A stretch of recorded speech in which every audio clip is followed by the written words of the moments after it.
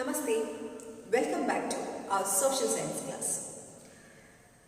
We are discussing the fourth chapter in history, that is tribals, bhikkhus and the vision of a golden age. In the previous class, we learned about the customs and rituals of tribals. We already studied who were called the tribals. Then shifting cultivation. Then various types of tribals, that is Baigas, Vangujas, Lebadis, Bakkarwals, Santals, etc.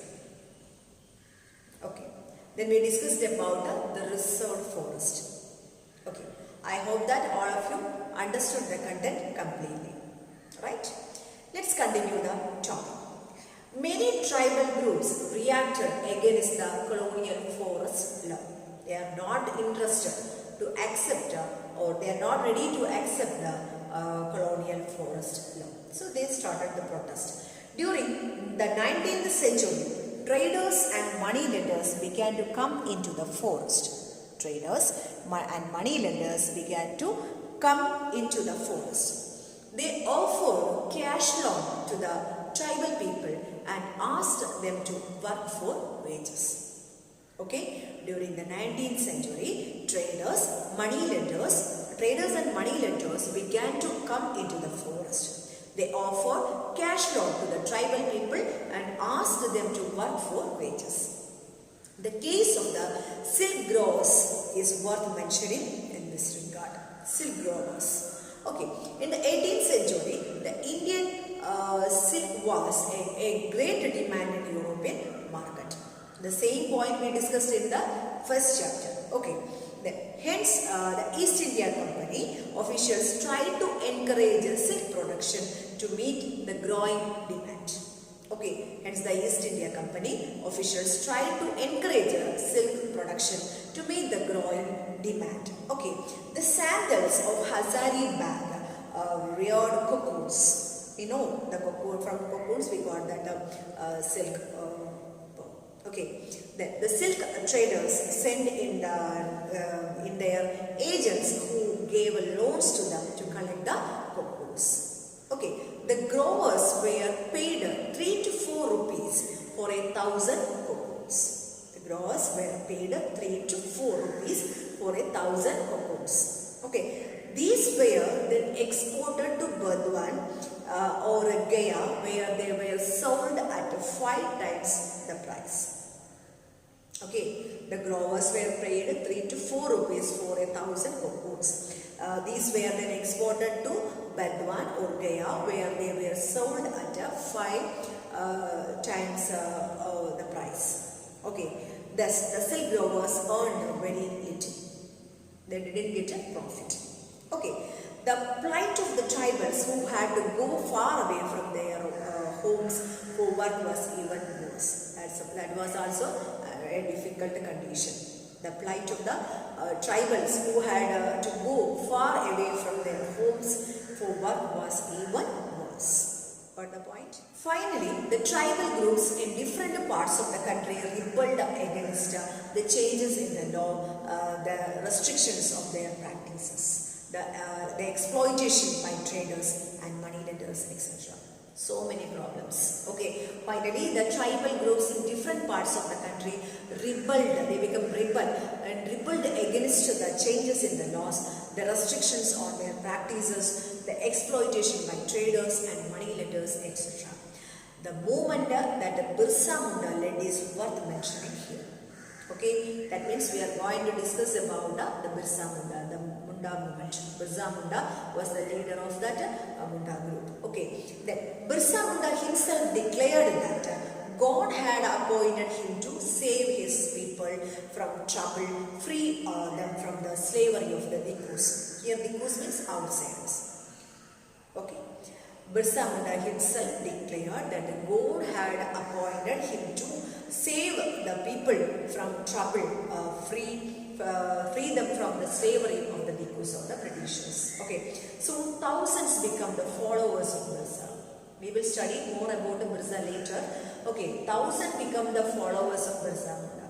They all were unhappy with the changes they were experiencing and the problems they were found under British rule. unhappy. Okay, they are unhappy with the changes they were experienced and the problems they were found they are facing under the British rule. Okay, they wanted to recover their golden past. They wanted to recover their golden past. Okay, a movement began under the leadership of Birsa Munda. So, under the leadership of Birsa Munda, there was a movement started. Okay, the political aim of the Birsa movement was to drive out missionaries, moneylenders, Hindu landlords and the government, and to set up a Munda Raj with the Birsa at its head. Okay, the political aim of the Birsa movement was to drive out missionaries, moneylenders, the Hindu landlords and the government, and to set up the Munda Raj with the Birsa at its head. Okay, as the movement spread, the British officials arrested Birsa in 1895. He was arrested by the Britishers in 1995. Okay, in 1897 he was released after 2 years. He was released. Afterwards, he toured the village to gather support. Okay, he urged people to destroy Ravana, that is the Hindus and the Europeans, and establish a kingdom under his leadership. Okay, so in 1897 he was released. Afterwards, he toured the villages to gather support. He urged people to destroy Ravana. Here Ravana means Hindus, that means the Britishers. The Europeans, and establish a kingdom under his leadership. Okay, Birsa died in 1900, and the movement initiated by him faded out, but its significance cannot be undermined.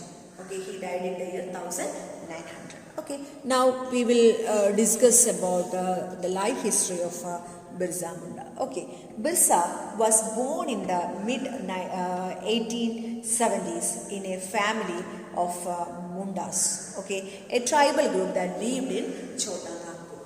Birsa was born in the mid 1870s in a family of Mundas, a tribal group that lived in Chota Nagpur. Okay, he grew up around the forest of Bohanda, grazing sheep, then playing flute, dancing in the local akharas also, as a normal boy. Okay, as an adolescent, Birsa heard tales of the Munda uprising, the past and uprising of the past, and saw Sardas, that is the leaders of the community, urging the people to revolt. Okay, Birsa took a great interest in the sermons of the missionaries because they inspired the Mundas to attain their lost rights.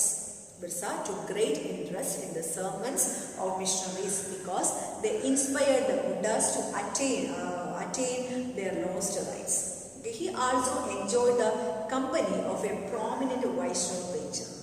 Okay, he wore a sacred thread and began to value the importance of purity and piety.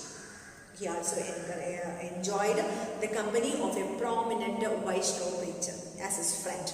Okay, he wore a sacred thread and began to value the importance of purity and piety.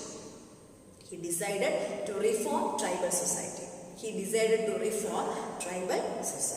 Then he urged his followers to restore their glorious past. That was his ambition, to restore the glorious past of the Mundas. Okay, so he talked of a golden age in the past when Mundas lived a very good life. He talked of a golden age in the past when Mundas lived a very good life. Okay, and he worked hard for the uprising of the Mundas. Okay, and he also quarreled with the revolt with the Britishers. Okay, so that was the life history of Birsa Munda. Now we will discuss about the significance of the Birsa movement. Okay, it forced the colonial government to introduce laws so that the land of the tribal could not easily be taken by the Hindus. It forced the colonial government to introduce laws so that the land of the tribals could not easily be taken by over by the Dikos. Dikos means here Britishers, outsiders. Then it showed once again that the tribal people had the capacity to protest against injustice and express their anger against the colonial rule. They did this in their own specific way, inventing their own rituals and symbols of struggle. Okay, it showed once again that tribal people had the capacity to protest against injustice and express their anger against colonial rule. They did this in their own specific way, inventing their own rituals and symbols of struggle. Okay, that's all about the significance of the Birsa movement. Okay, I hope that all of you understood the content completely. It is a very important portion of this lesson. So read the textbook carefully, find out your doubts and prepare the key notes. You have to find out the questions and answers from the textbook. Okay, so namaste, have a nice day, thank you.